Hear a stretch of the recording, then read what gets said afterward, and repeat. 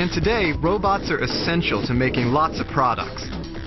But what about getting that item to you from the factory?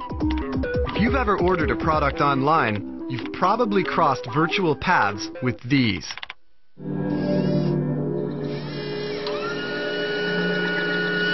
They're not security bots on patrol. They're called Kiva. And they're changing the way warehouses work. Traditional warehouses are like assembly lines. They work in a serial process. One thing happens, then the next, then the next.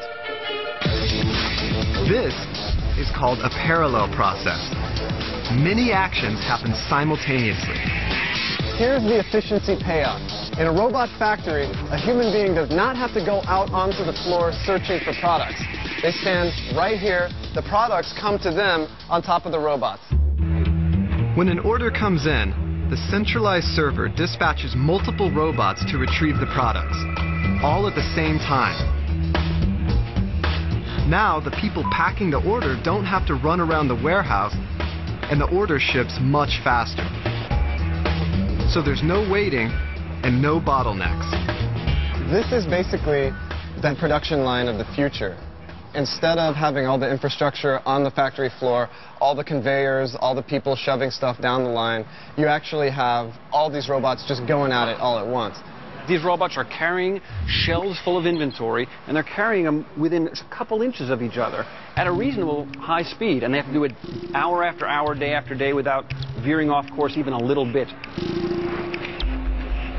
An army of mobile robots carries anything from CDs to TVs, adapting in real time to changing demand, making complex inventory easy to find and orders fast and cheap to fill. These robots are all controlled from a centralized server. Yes, they are. Although they have their own abilities, this is where all the high-level planning comes from. Exactly. It's called distributed intelligence.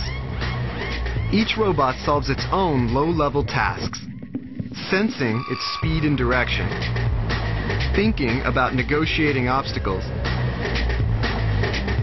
then acting, loading and delivering products.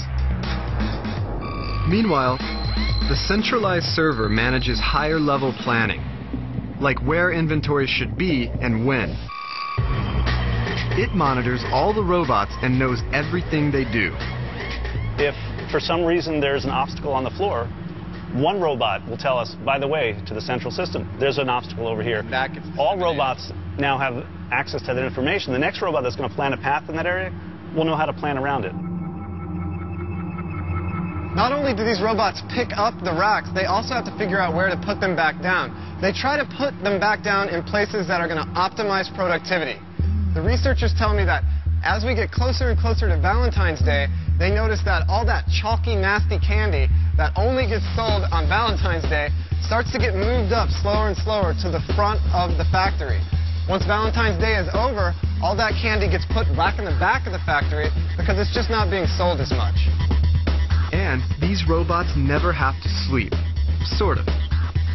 When their batteries run low, they come in for a recharge and some much-needed rest.